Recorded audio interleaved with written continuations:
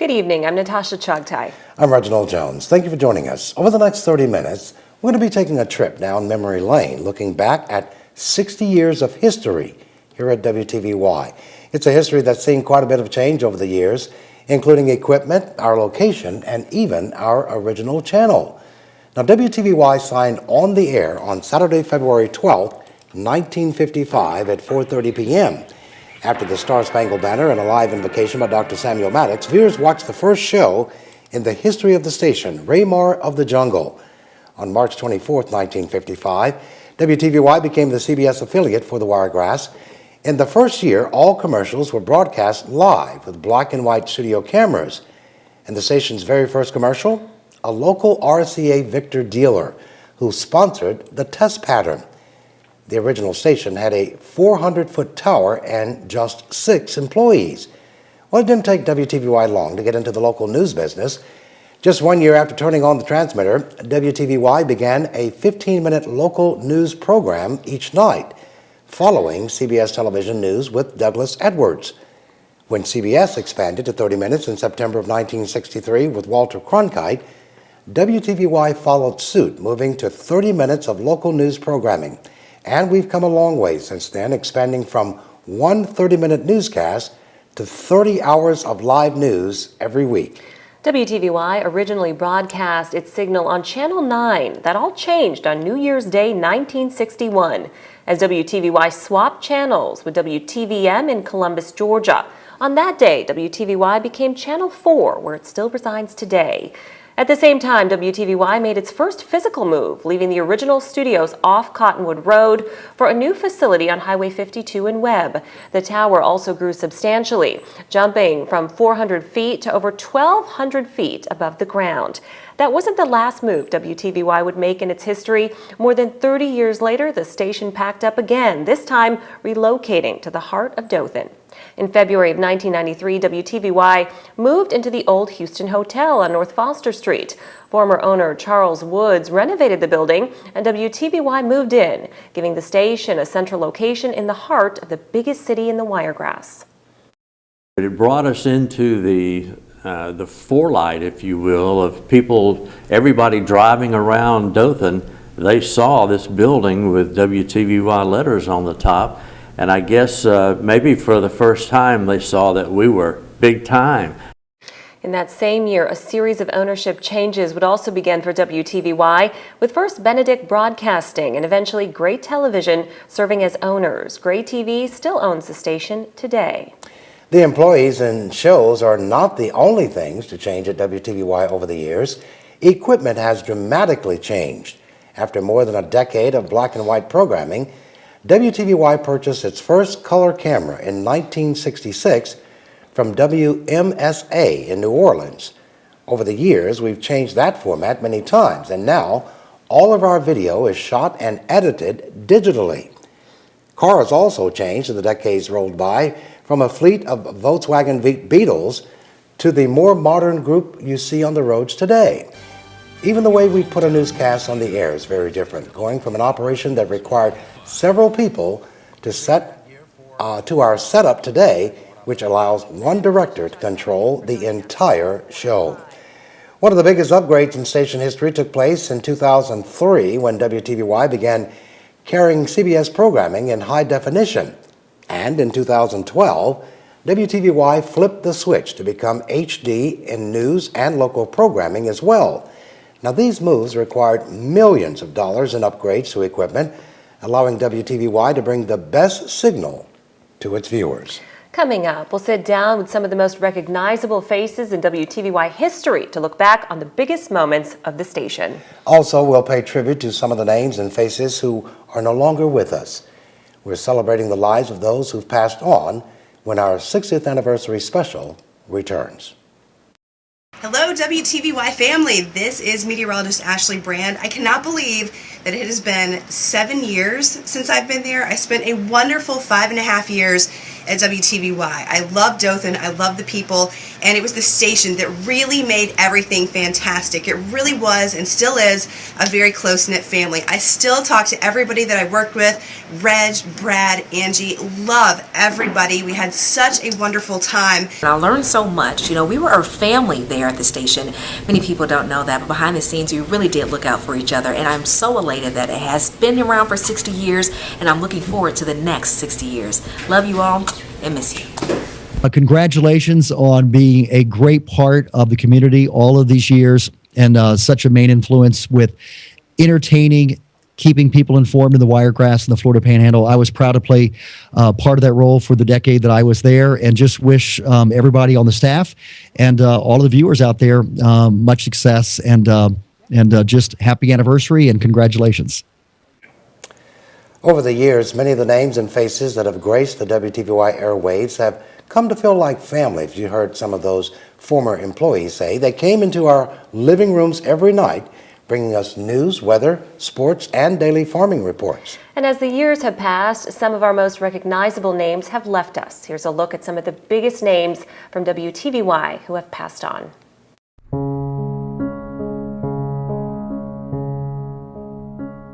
Charles Woods was one of the most unique people I've ever met.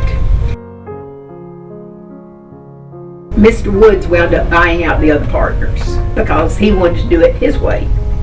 Mr. Woods he thought outside the box. And Mr. Woods had the forethought to put the big tower down in Florida so that we would reach Northwest Florida. Mr. Woods was so generous. He was a kind man. Wow, Jerry Van was such an influence on my career. He was a great news director and a great mentor of mine.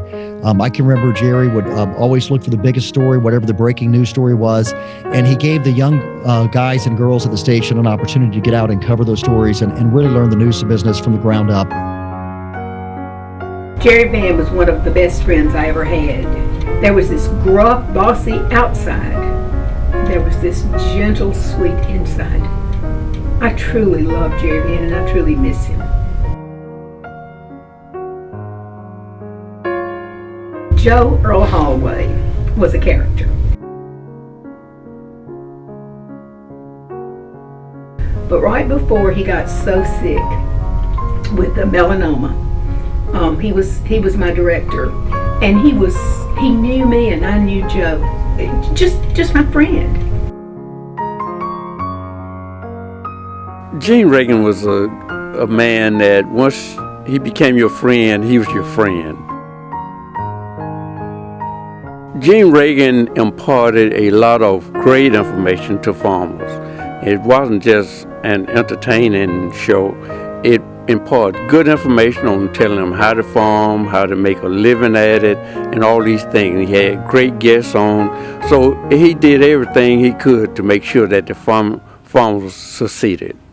That's Mr. Wade Andrews. We'll be back in a moment with the farm news. But Gene was just so great, a great friend. I really miss Gene. The farming news has not been the same since he departed from here. Now all I want to see is old Gene and me on Channel 4 on the Gene Reagan Show. Gene Reagan Show. John was very old school journalism, kind of the Ted Baxter, if you will, to a degree of WTVY, but a lot of fun. And it took a little warming up for both of us, and we got along swell afterwards. He and I did a lot of things, you know, covered a lot of stories together, and he's just a great guy, and he is missed. Obviously, he was a legend in the Wiregrass. I often teased him and called him the godfather of local sports. Well, just for the folks who are hearing this, anything you've heard about Al is absolutely true. I mean, he is one of those guys where I can't think of anything in a non-positive role to talk about. He was just one of those great people, so much fun, great sense of humor, loved to play jokes on people. He made coming to work and sitting there and doing that newscast so much fun. Al would always make us laugh. That was the best thing about Al. He never had a harsh word towards anybody. He was always laughing and keeping us laughing. I mean, he really was just the best at knowing when you needed to maybe have a laugh, or maybe when you just needed to sit and listen, or maybe when he needed to share some words of encouragement. WTVY TV and WTVY Sports, it is Al Roberts, and it remains that today. He laid the groundwork that made it all possible for those of us who came after him.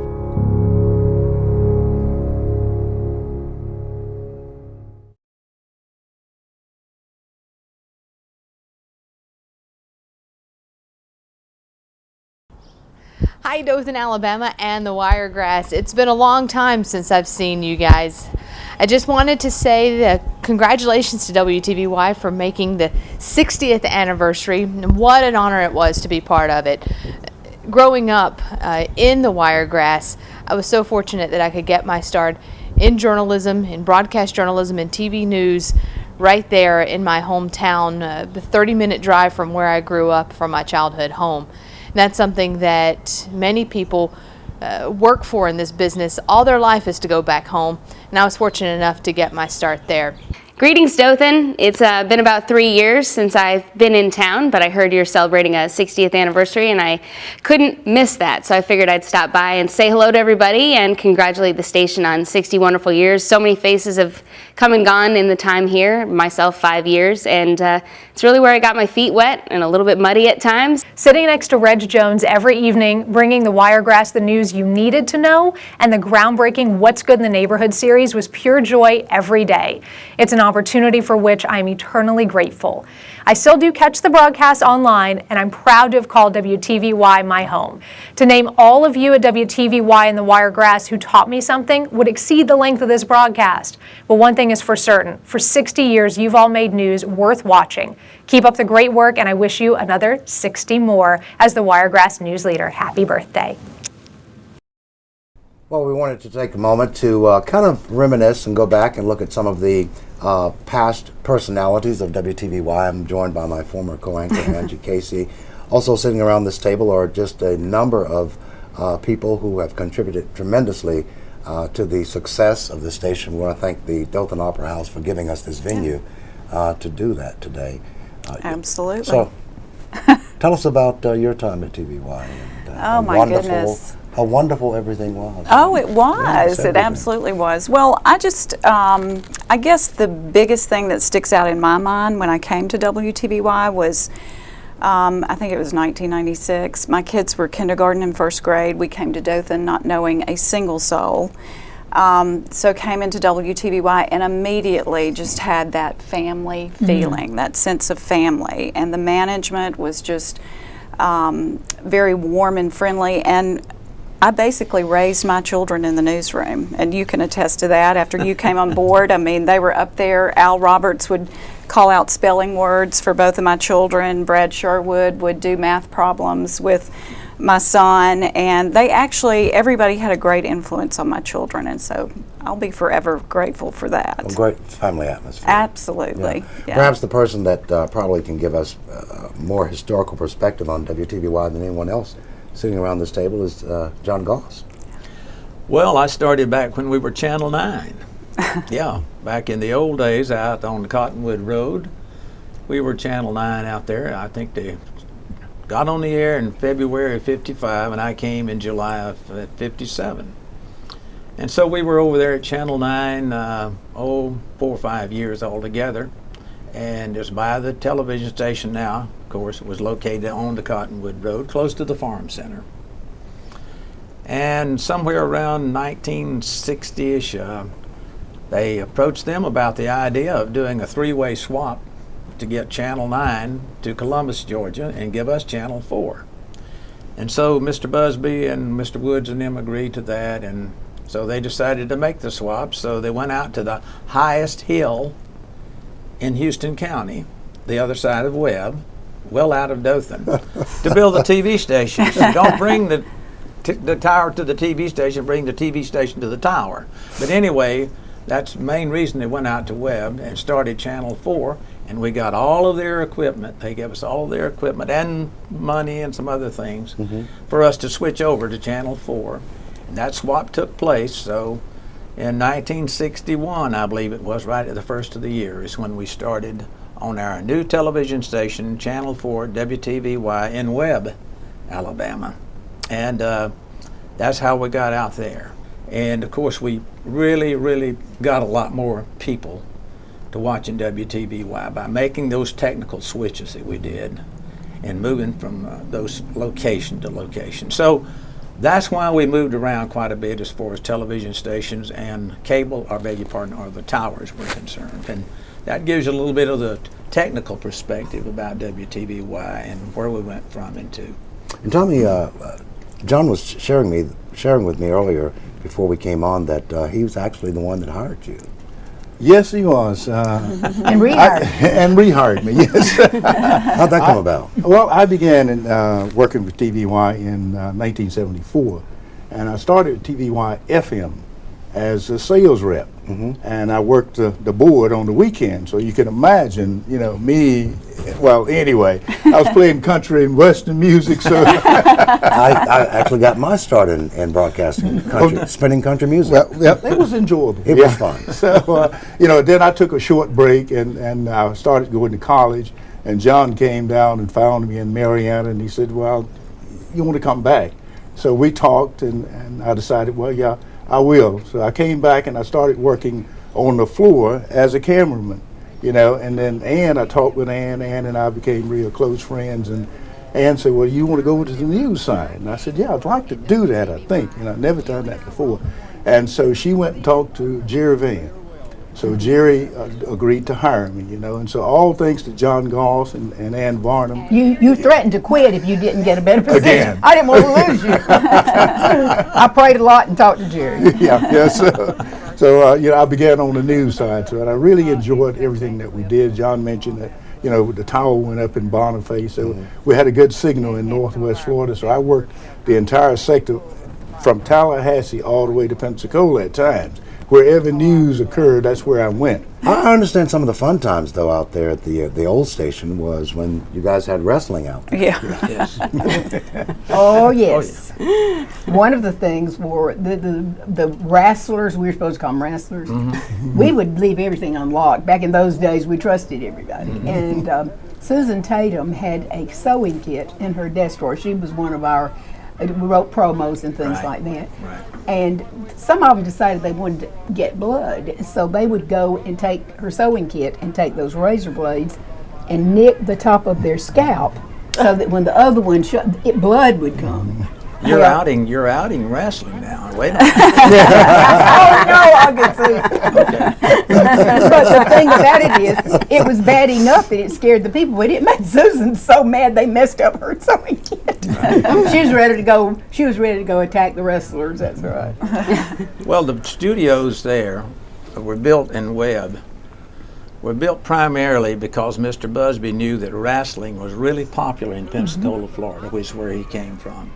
So when we built the station out there at Webb, it was built a lot bigger than the one, of course, over on the Cottonwood Road. And one of the primary things was so we could bring wrestling to the Dothan area. And so we had the largest studio actually in the state of Alabama at that time. And so we did wrestling, we did Jim and Jesse and the Virginia boys and the Florida boys. We did a lot of live because we didn't have any tape back Bobby in those Jones days. and the Pine Valley boys. Right.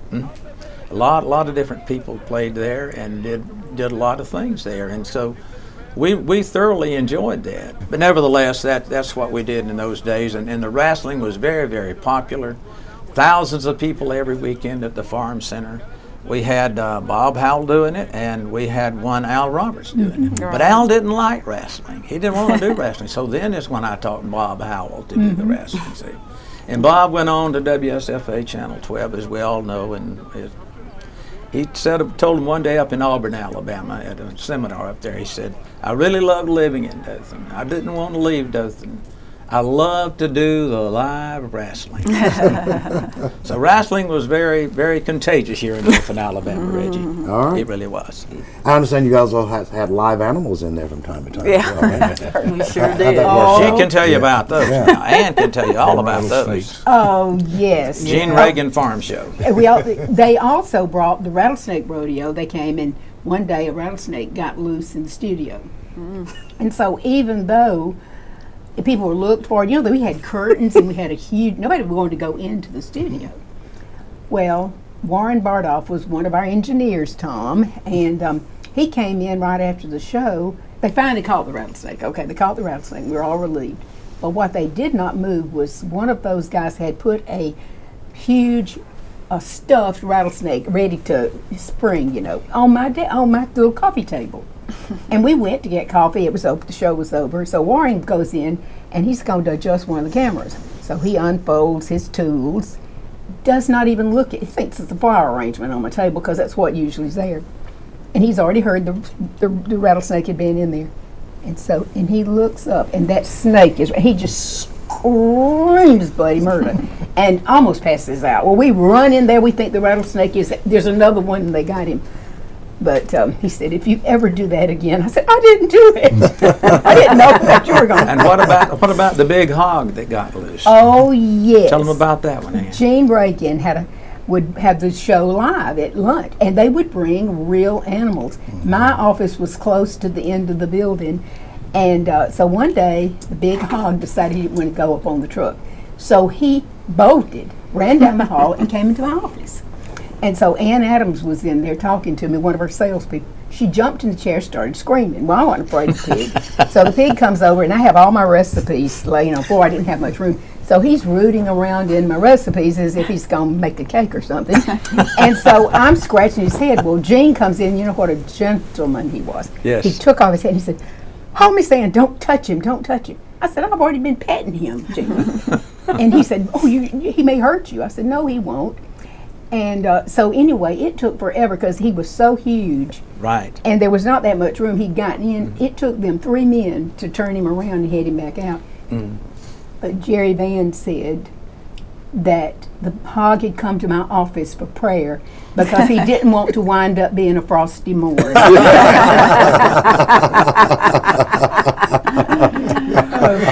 But I tell you, one of my fun memories was going over to Atlanta, Georgia, when I was doing the program Community Focus, to interview Evander Holyfield. Oh, yes, I remember that. Because I always loved to watch him box. And so we had the opportunity of going over there, and we had such a good time. It's Brenda Steffen and some other people from the station. Names don't come to me real quick here, but anyway, we had a great time over in Atlanta.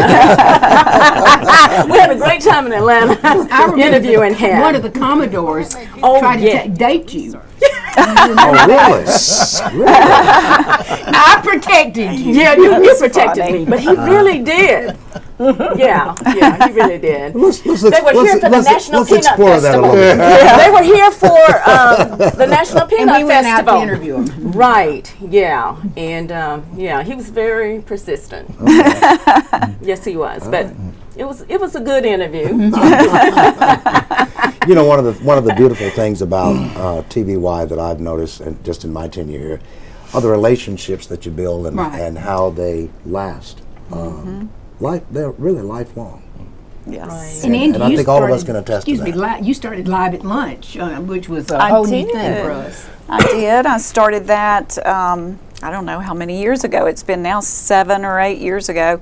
A couple of years before I left the television station. Just as a way to have, kind of a throwback to the earlier years where you could have more conversations and a little bit more talk about, things that were important for the day or whatever. So that was a fun program to do, and we took it live to, various locations and had a good time. That's doing so important. That was instrumental, yeah. And it's still with us today. I know. I hear people going, I'm going to be on Live at Lunch, and I always think, and the way that name came about was because of Dorothy, the receptionist, and I was telling her about my idea about this new show, and she said, well, are you going to be on Live at Lunch? And I went, That's the name of the show. Yes, it's live at lunch, and so I had to credit her. Great. She's such an integral part of the Right. station. She is. So I credited her with the name of that program. Rachel, tell us when you came aboard. It's been so long, and I was there already. I was a little boy when I came to Jeff the Raker brought you here. He One did. of our That was favorite it was in directors. December of '97 that I actually started. I moved here from Huntsville. I had never been to Dothan other than prior to that to interview for the job, and I never envisioned me staying here for any length of time.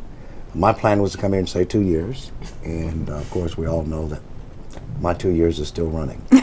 So here it is, 17, almost going on 18 years later. Yeah, and, that's and I'm unbelievable. still here. But this is it for me. I mean, this is a wonderful place to be, a great station to work for, and the folks here in the Wiregrass area are just super. Well, you know, we could sit around and do this all day, but unfortunately, time will not allow us to do that. I do appreciate all of you taking time out of your schedules to just kind of share some of this with our audience. It's been fun. It has been fun. Let's do it again in the next 60 and years. you remember, yeah, right. Can we do it again? You remember Sure. too. I can't let it go without saying, you know, the people that are no longer with us, like John Williams and Al Roberts, and just what special people they were. General Holloway, Yes. who's my director, Jerry Wayne Van. Register. And Jeff Raker, and I Right. mean, Oh, yeah. we can go on. Jerry Van, of course, yes. Oh, Jerry Van. I thought I'd never great get people. over it when he died. Yeah. Well, But thanks again, guys. Okay. Thank you. It was great being here. Yeah, Enjoyed it. Like I say, let's do it again in the next 60. Yeah, absolutely. Absolutely. Yeah. Thanks. I was so fortunate to spend 9 of my years being a weatherman there, covering so many great weather events. For those of you who don't know, WTVY was my very first job, and why the folks there gave this young man right out of college a chance to work there, I still don't know, but I'm very grateful. Truly, it was the people that made the job special. The athletes, coaches, and fans I got to cover, and the viewers I'd meet. Also, the newsroom was like a family, and I got to work with some very special people, namely Reginald Jones, Angie Casey, Brad Sherwood, and of course, the late Al Roberts, who gave me my start in the business. It was amazing because WTVY is a special place because it has the mix of a small market station and a more medium to larger market station as well. And there's just so many opportunities for someone young to come in and be able to do so many different things. And WTVY represents some of the best years of my life. Being an Enterprise native, I was so blessed to be able to start my television career at the TV station that I grew up watching. There is no doubt this station is an asset to the Wiregrass area, and I am so lucky and so blessed to have worked there. Happy 60th anniversary, WTVY, and here's to 60 more.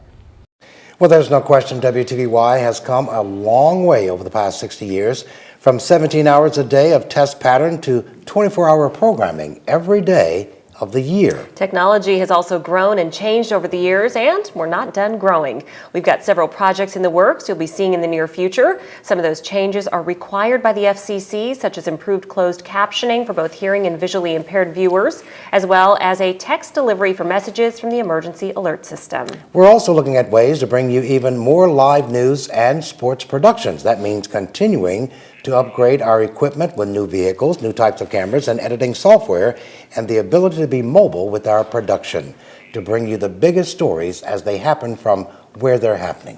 But one thing has not changed over the years and will remain a constant. That's our promise to continue to provide the best local and network programming to the Wiregrass on a daily basis. That's going to wrap it up for us and the 60th anniversary special. Thank you for joining us, and good night.